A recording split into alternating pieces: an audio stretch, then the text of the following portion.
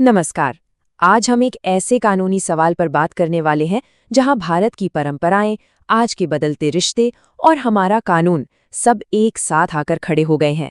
चलिए इस दिलचस्प पहेली को परत दर परत सुलझाते हैं।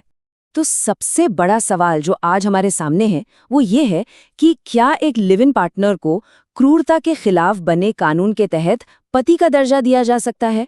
अब देखिए, लिव इन रिलेशनशिप्स तो काफी आम हो चुके हैं और यही वजह है कि ये सवाल अब देश की सबसे बड़ी अदालत यानी सुप्रीम कोर्ट के दरवाजे पर दस्तक दे रहा है। अच्छा, इस पूरी बहस की जड़ तक पहुंचने के लिए हमें सबसे पहले उस कानून को समझना होगा जो इसके बिल्कुल केंद्र में है, और वो कानून है इंडियन पीनल कोड का सेक्शन 498A। तो ये सेक्शन 498A है क्या? असल में ये कानून खासतौर पर शादीशुदा महिलाओं की सुरक्षा के लिए बनाया गया था। मकसद था उन्हें ससुराल में होने वाली क्रूरता और उत्पीड़न से बचाना, जो अक्सर, जैसा कि हम जानते हैं, दहेज की मांगों से जुड़ा होता था। अब यहीं पर असली पेज है। इस कानून में बहुत साफ तौर पर दो शब्दों का इस्तेमाल हुआ है, पति और पति के रिश्तेदार। और यकीन मानिए, पूरा का पूरा कानूनी टकराव इन्हीं दो शब्दों पर टिका हुआ है।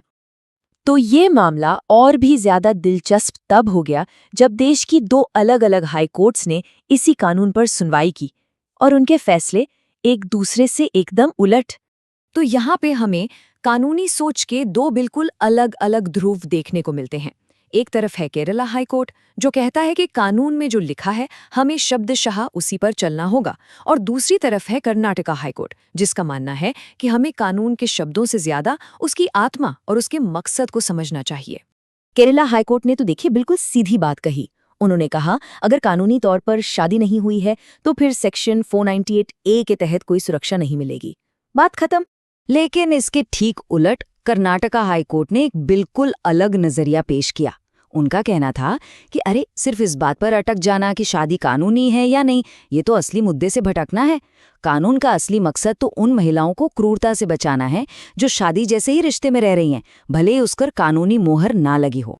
और हाई कोर्ट्स के इन्हीं दो अलग अलग नजरियों का टकराव अब इस पूरे मामले को ले आया है देश की सर्वोच्च अदालत यानी सुप्रीम कोर्ट के सामने।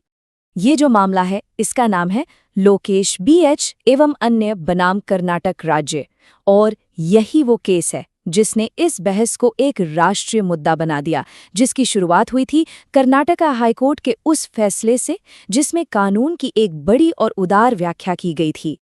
अब जरा इस सफर पर नजर डालिए। नवंबर 2025 में कर्नाटक हाईकोर्ट का फैसला आता है और बस कुछ ही महीनों में फरवरी 2026 तक सुप्रीम कोर्ट इस मामले की सुनवाई के लिए तैयार हो जाता है, क्योंकि वो भी इसके राष्ट्रीय महत्व को समझता है।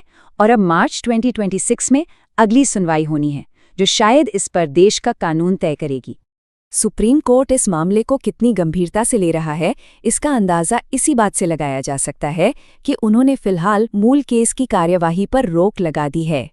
इतना ही नहीं, उन्होंने केंद्र सरकार को भी इसमें एक पार्टी बनाया है और अदालत की मदद के लिए एक एमिकस क्यूरी यानी न्यायालय मित्र भी नियुक्त किया है, ताकि हर पहलू पर गहराई से विचार हो सके।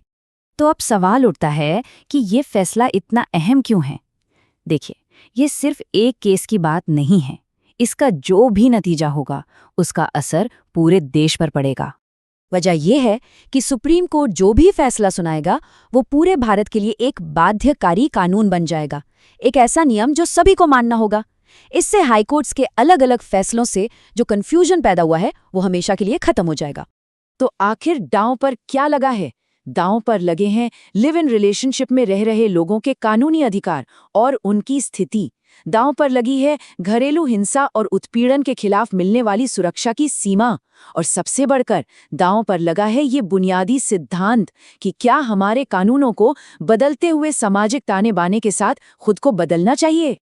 और यहीं पर ये पूरी चर्चा हमें एक बहुत बड़े और गहरे सवाल के साथ छोड़ जाती है कि जैसे जैसे समाज बदलता है, क्या वो कानून जो उसे दिशा देते हैं, उन्हें भी वक्त के साथ विकसित नहीं होना चाहिए?